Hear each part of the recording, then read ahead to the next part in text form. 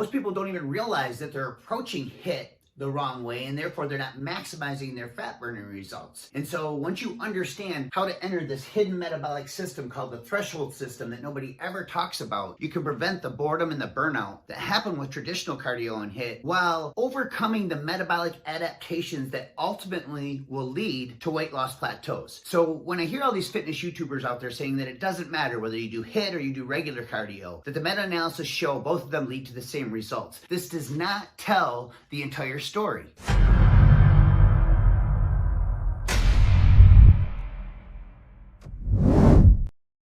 Hey everybody, Coach Sean, the Rip Grandpa, and over the years of working with clients, I've discovered that one thing people need is something that's fun, something that's interesting, something that works, and that's why I love cardio cycling. I personally use this strategy that I'm going to share with you today to get ready for several photo shoots, because that is why. It keeps it fun, it keeps it interesting, and it works. So, without further ado, it is time. Let's do this. There are three specific areas that I've seen over the years where people make mistakes when approaching their cardio and not accessing all three of these metabolic systems. The first mistake is using the wrong intensity. The second mistake is using the wrong durations. And the third mistake is using the wrong frequency. And so what I've done is I've listed 3 columns up here for all 3 metabolic systems that you want to access on a weekly basis to prevent plateaus, to prevent that boredom and burnout, and to maximize not only your results, but the strength of your heart in your cardiovascular system. The first system is going to be low to medium intensity, or called LISS, right? And this is a necessary evil that I'll share in just a second. You just don't want to overdo it. System number 2 is that hidden system I was just talking about called the threshold system. This is the system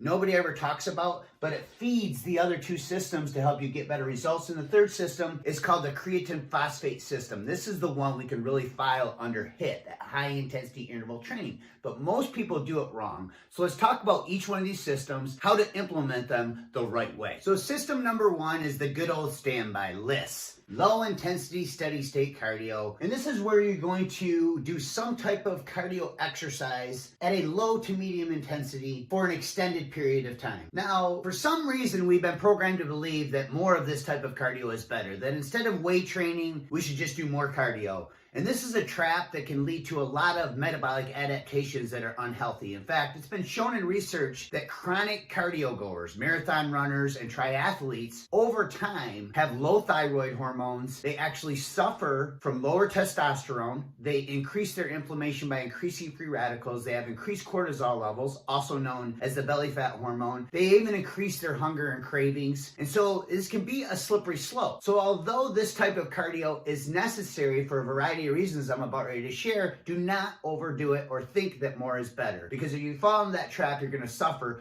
all these different consequences. So instead, you want to go no more than 30 to 60 minutes. I like doing 30 to 45 minutes, just 2 or 3 times per week, and that is it. It is not necessary to do any more than this. Now, you still want to engage in low intensity steady state cardio for a variety of reasons. The reason why is because this is aerobic activity, and this just means that oxygen is present. So if you're wondering about an intensity level to be using, you want to use the talk test. You should be going at a pace that if you can talk normally to somebody next to you while you're going, then you need to go a little bit harder than that. So just enough to where your speech is breaking up, and you want to stay right at that cusp for 30 minutes or longer. And this is really going to condition your heart and your aerobic system in a different way than threshold and creatine-phosphate HIIT. And when oxygen is present, it ends up serving as the foundation to increase your performance capacity endurance of the other 2 systems. And also, it's a great free fatty acid finisher. See, when you're done doing higher intensity exercise, what ends up happening is your body releases fight or flight hormones. These fat burning hormones release fatty acids from fat cells into the bloodstream, where they float around and are supposed to be delivered to working tissue to be burned off. But research shows that as you get older in your 40s, 50s, and 60s, these fatty acids can literally restore into another area of your body. This is a scientific phenomenon called re-esterification.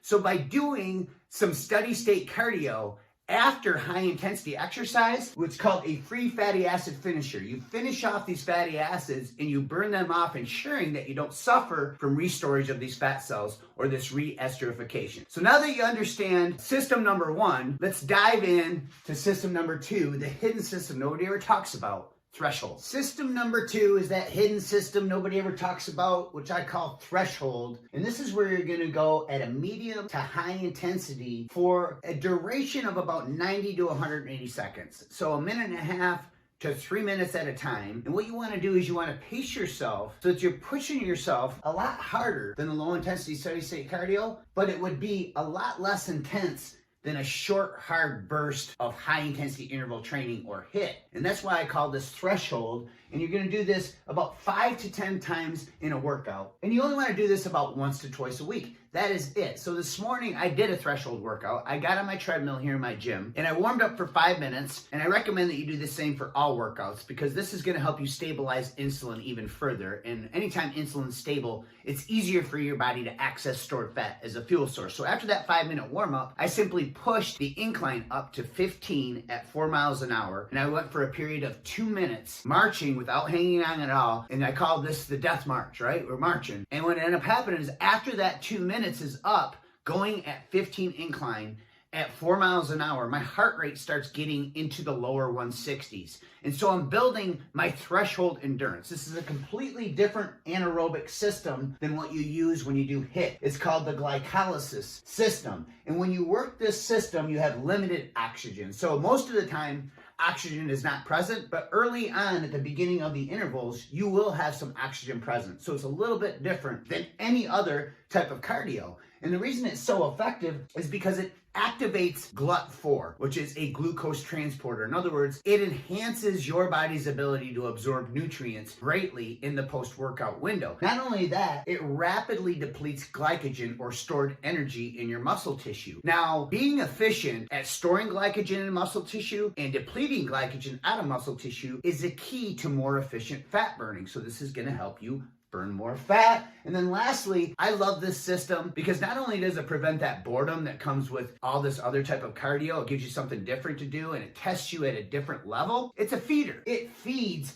both of these other systems. There's some research showing that by accessing the anaerobic glycolysis system, you actually feed and get better results from the other two systems. The final system, system number 3, is filed under this HIIT, this high intensity interval training, also known as the creatine-phosphate system. And I want to share why I think most people don't do it the right way. And what you want to do here is you want to go at a very high intensity. You want to go for a burst of 20 to 40 seconds. And again, similar to threshold, you want to repeat this about 5 to 10 times per workout. And you want to do this only no more than once or twice a week. I think 2 times max, especially if you're using the other two systems, is all that you need because this will tax your metabolic and hormonal system and you're going to need to recover. Now there's an if, a big if here. That is if you do it right. Based on your personal condition, I want you to warm up, like I mentioned with the other systems, for 5 minutes to stabilize insulin. And then I want you to engage in some type of high intensity cardio. And if you don't have access to cardio equipment, you can use your body weight. I teach you exactly how to do it with my over 40 abs solution using 12-minute body weight workouts. The link is in the description.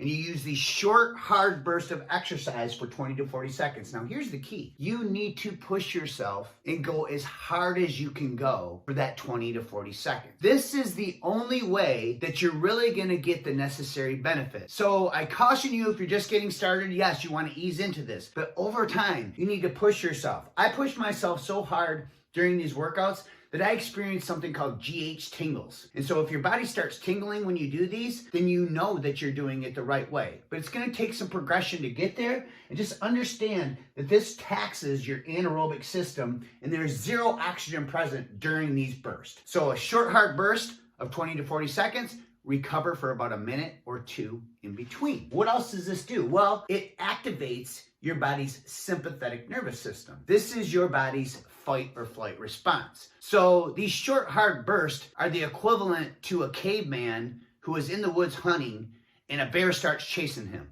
He's gonna freak out and his fight or flight hormones are gonna drive through the roof, his adrenaline's gonna release and he's gonna sprint through the woods. So we're mimicking that effect. And when your body releases these hormones called catecholamines, These catecholamines are actually responsible for releasing fatty acids from stubborn fat cells into your bloodstream where you can burn them as energy. Now, you'll also coax the pituitary gland into releasing 400 to 700% more growth hormone if you do this the right way. And so you need to really learn how to push yourself, because this is the only way it's going to work. And when you do, you're also going to discover that you feel smarter. In fact, there's a book called Spark, amazing book about the science of exercise and how it does make you smarter, and how these short, hard, high-intensity bursts stimulate neurotransmitters that are going to increase your focus and energy throughout the day. Now, there's a lot of talk about something called EPOC in the fitness industry, and I'll be the first one to admit I've used EPOC, which stands for excess post-exercise oxygen consumption, in a lot of my marketing over the years. And it's also known as the afterburn effect. And it started years ago with speed skaters who did a 20-second burst with a 10-second rest, and then they would repeat a 20-second burst with a 10-second rest. That was 1 minute. Well, when they did this for just 4 minutes straight, as hard as they could go, research showed that 48 hours later, their metabolism was still elevated. This is where the EPOC phenomenon originated from. Now, since that time, science has now shown it's not that big of a deal, and that most people really don't get that huge of an afterburn, no matter how hard the intensity is. Now, I would argue that Tabata, the 20-second burst with the 10-second rest, and the 20-second burst and the 10-second rest, is the secret. So when you get to a point where you condition yourself, testing yourself with this, you're gonna wanna move to that Tabata protocol. It's simply a 5-minute warm-up. You go ahead and repeat that 20-second burst with that 10-second rest, 20-second burst, 10-second rest. This is going to test you. Try doing it for 4 minutes, which is a total of 8 rounds, and then try expanding it up to 5 minutes for a total of 10 rounds, and only do this once or twice per week max. But this is what's going to stimulate those small amounts of creatine-phosphate.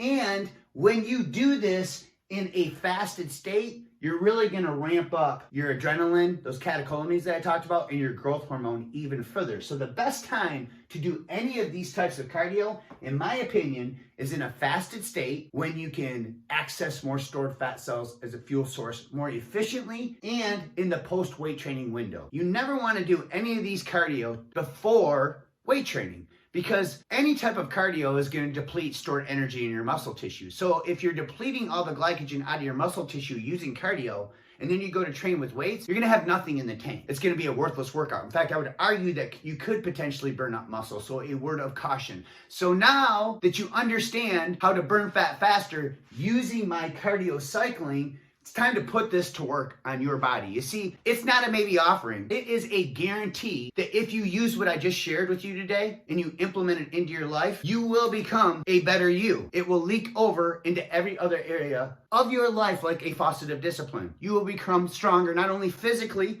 mentally, spiritually, emotionally, and I would even argue financially. I know that when I focus on this stuff, I am a better papa to my 10 grandkids, I'm a better father to my 4 kids, and I am a better husband to my amazing wife, and I want the same gift for you. So put this to work today by clicking the link in the description, getting your hands on my Over 40 Absolution. It takes you just 12 minutes every single day, and then of course, if you have time, I teach you how to do that free fatty acid finisher at the end to burn off all these fatty acids that these workouts will release. Now, don't forget to click the thumbs up for me. That's huge for the algorithm, and comments always help. So I need your comments, please, if you got some value out of this. And then up here in the corner of this video, I'm gonna give you a crash course on intermittent fasting, because I think time-restricted feeding and intermittent fasting over the years has really helped me get rid of my emotional attachment to eating every couple hours, and it's really helped me stay leaner in a lot easier of a way.